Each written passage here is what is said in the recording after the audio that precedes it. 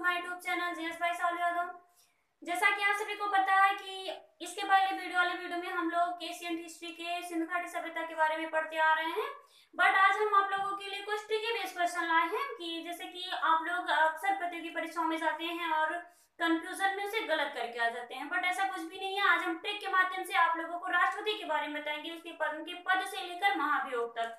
तो चलिए हम लोग स्टार्ट करते हैं। बट एक बात और है कि मतलब ये मत सोचिएगा कि आप लोग की जो वीडियो चल रही है उसमें कहीं रुकावट हो गई है, वो बराबर वो वीडियो हम डालते रहेंगे, बीच बीच में आप लोगों के लिए ट्रिकी बेस्ड क्वेश्चन आप लाते रहेंगे। तो चलिए सबसे पहले हम स्टार्ट करते हैं राष्ट्रपति के पद से लेकर महाभियोग तक।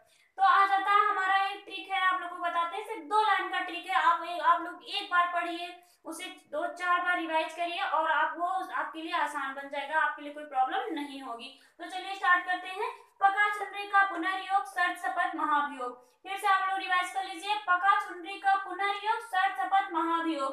जैसे आप सभी लोग जानते हैं कि अनुच्छेद 52 से लेकर अनुच्छेद 61 तक राष्ट्रपति के बारे में बताया गया है।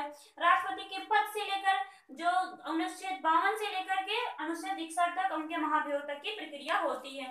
तो चलिए सबसे पहले हम स्टार्ट करते हैं अनुच्छेद 52। अनुच्छेद 52 में जो ये है पका, पा शब्द है, पा से राष्ट्रपति का पद। उसके बाद आता है अनुच्छेद 53, जो है वो का शब्द आ रहा है, राष्ट्रपति का प्रधान। उसके बाद आता है अनुच्छेद 54, जो चू शब्द है उससे आता है राष्ट्रपति का चुनाव, राष्ट्रपति हर इसमें कॉमन रहेगा। उसके बाद आता है नरी शब्द, नरी में आ जाता है अनुच्छेद 55, नरी, नरी में आता है राष्ट्रपति का निर्वाचन, राष्ट्रपति का निर्वाचन।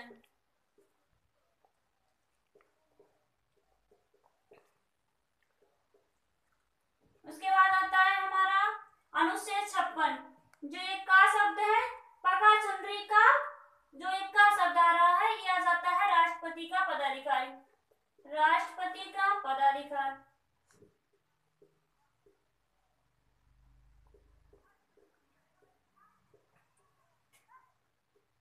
उसके बाद आ जाता है अनुच्छेद 57। अनुच्छेद 57 में ये जो पुनर् शब्द है इसके बारे में हम लिखते हैं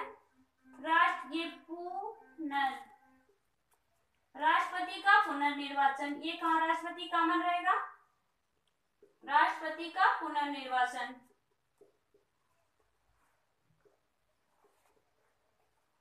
उसके बाद आ जाता है हमारा अनुच्छेद 58, जिसमें योग, इसमें योग शब्द है, राष्ट्रपति के योग के बारे में बताता है, योग्यता के बारे में, राष्ट्रपति का योग।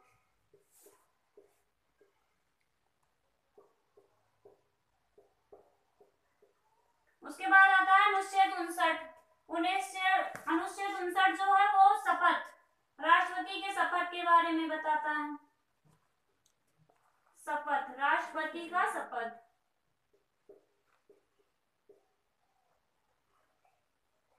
राष्ट्रपति का शपथ।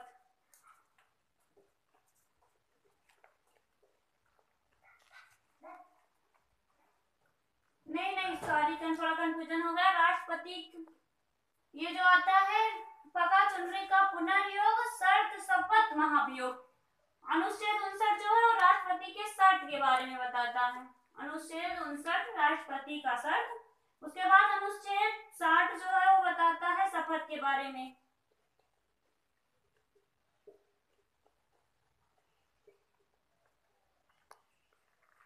अनुच्छेद 60 जो है वो बताता है राष्ट्रपति का शपथ।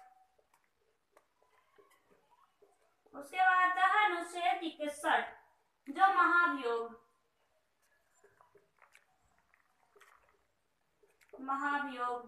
इसमें राष्ट्रपति के महाभियोग की प्रक्रिया होती है, राष्ट्रपति महाभियोग।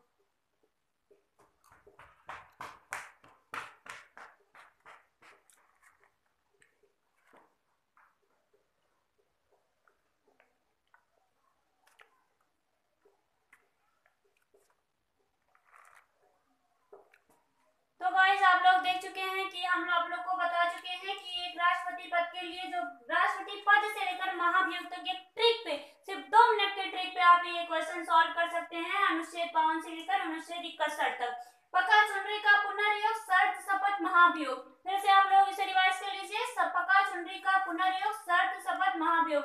इसी बेस पे हम आप लोगों को राष्ट्रपिता के बारे में बताते हैं। तो चलिए राष्ट्रपिता के बारे में हम लोग देख लेते हैं, वो भी हम लोग स्टार्ट करेंगे आज राष्ट्रपिता। अभी तक हम लोगों ने राष्ट्रपति के बारे में पढ़ा, राष्ट्रपति के ट्रिकी बेस पे पढ़ा। अब हम लोग पढ़ेंगे राष्ट्रपिता महात्मा गांधी जी के बारे में, क्यों महात्मा गांधी जी हमारे लिए बहुत महत्वपूर्ण है।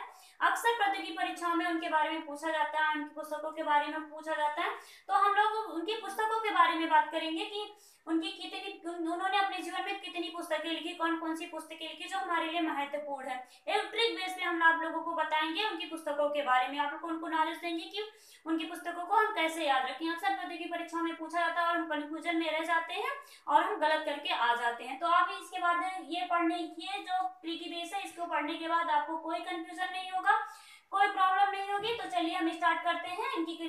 मेरी आत्मा, मेरा चाइल्ड, मेरा एक्सपेरिमेंट में तीनों यंग है, लाइफ नहीं। फिर से रिवाइज करते हैं, मेरी आत्मा, मेरा चाइल्ड, मेरा एक्सपेरिमेंट, तीनों यंग है, लाइफ नहीं। तो चलिए हम स्टार्ट करते हैं यहाँ से कि मेरी आत्मा। मेरी आत्मा जो है उनकी एक पुस्तक है मेरी आत्मकथा। सबसे पहली पुस्तक है मेरी आत्मकथा, मेरी आत्मकथा।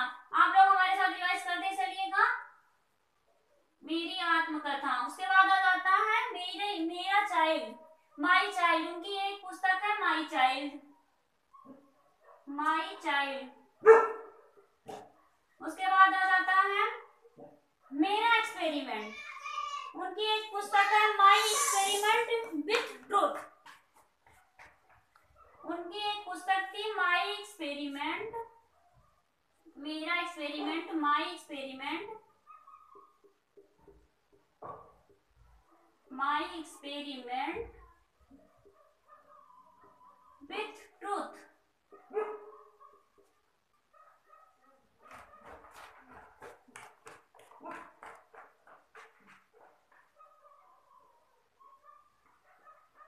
उसके बाद आ जाता है तीनों यंग हैं। ये उनकी पुस्तक है यंग, यंग इंडिया। ये यंग पे आ जाता है, तीनों छोड़ दीजिए, फिर आ जाता है हमारा यंग इंडिया। यंग जो शब्द आया है यहाँ आती है यंग इंडिया। ये इन्होंने पुस्तक लिखी थी यंग इंडिया। उसके बाद आता है हमारा है शब्द, है से एक पुस्तक लिखी थी हरिजन, हरिजन पुस्तक। इनकी पुस्तक का नाम था हरिजन। उसके बाद आता है लाइफ। लाइफ में यहाँ आता है लाइफ। इन्होंने लिखा था अर्ली लाइफ, एक पुस्तक थी अर्ली लाइफ।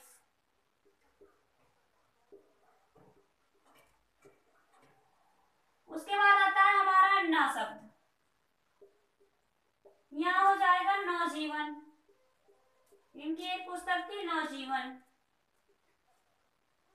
उसके बाद आता है ही शब्द से बनता है हिंद सागर।